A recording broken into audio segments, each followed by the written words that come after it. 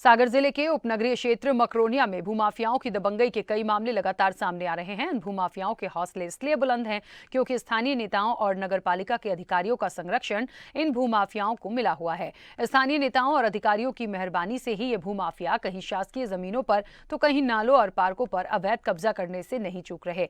ऐसा ही एक मामला सामने आया उपनगरीय क्षेत्र मकरोनिया के वार्ड क्रमांक 2 में, जहां ज्योति नगर स्थित पार्क की जमीन पर अवैध कब्जा कर निर्माण कार्य किया जा रहा है। ऐसा नहीं है कि मामले की जानकारी स्थानीय अधिकारियों और वार्ड पार्षद को नहीं है, लेकिन वे कार्रवाई करने और काम रोकने की बजाय मामले से अनजान बने हुए हैं। दरअसल ये पूरा मामला स्थानीय विधायक प्रदीप लारिया की जानकारी में भी है। वे खुद एक बार अवैध निर्माण के कार्य को रुकवा चुके हैं, लेकिन जब उनसे बात की गई तो वे भी मामले में अनभिज्ञ नजर आए, लेकिन उन्होंने मामले में कार्रवाई की बात कही है। वहीं वार्ड पार्षद का कहना है कि ऐसा कोई अतिक्रमण हो रहा है मेरे संज्ञान में नहीं है।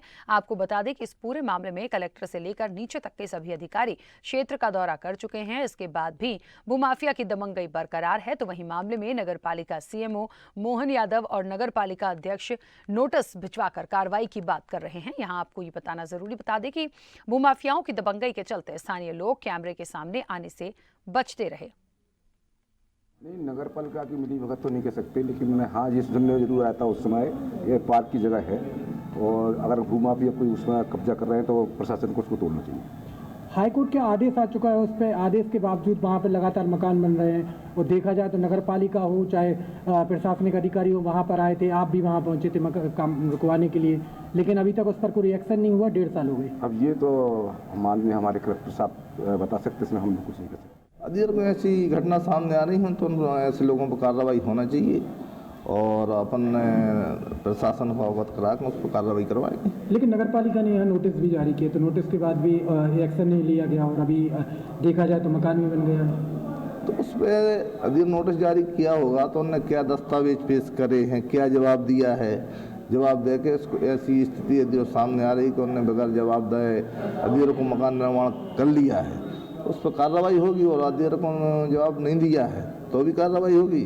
और अधीर को कोई जवाब दिया है, दस्तावेज पेश करे हैं तो नगर पालिका को दिखवा लेंगे। और उस पर तो ये अपने लिए उसकी जानकारी नहीं है, और विषय को अपन अधीर को आप कह रहे हो और आपके संज्ञान में आया है और आपने हमें अवगत कराया है, तो उसको कल पूरा विषय को दिखवाते उसको समझेंगे विषय को क्या विषय है, उस पर कार्रवाई करवाएं। इस मामले में अभी मुझे जानकारी अभी प्राप्त हुई है। पूर्व सीओ द्वारा अगर नोटिस जारी किए गए हैं तो मैं उस नोटिस को निकलवाता हूं और पुनः सूचना पत्र जारी करवा रहा हूं। इस मामले में हम ऐसा कुछ नहीं कहना चाहेंगे क्या मैटर है, बस पुनः इनको एक सूचना पत्र जारी करने के बाद ही अग्रिम कार्रवाई की जा सके। मध्य प्रदेश सरकार की मंशा है कि भूमाफियों पर कार्रवाई होना चाहिए और मकरोनिया में भी हो रहा तो उस पर भी होना चाहिए। अगर नगर पालिका को देखा जाए तो नगर पालिका नोटिस काट रही है भूमाफियाओं को लेकर। एक तरफ मकरोनिया नगर पालिका की मिली भगत से वहाँ पे मकान बना दिए गए हैं पार्क की जमीन पर। आप चूंकि यहाँ के क्षेत्र प्रतिनिधि विधायक भी देखिए, ये विषय मेरे संज्ञान में नहीं है, लेकिन जो भी इस तरह से मकान बना रहे हैं, अवैध मकान बना रहे हैं, उन पर कार्रवाई होना चाहिए, चाहे वो नगर पालिका करे या प्रशासन करे। जहाँ तक आपके संज्ञान में है 2021 का मामला है, आप भी वहाँ पे मौके पर पहुँचे थे, आपने वहाँ पे गड्ढे भी पूरे हैं और आपने प्रशासनिक अधिकारियों को बुलाया था।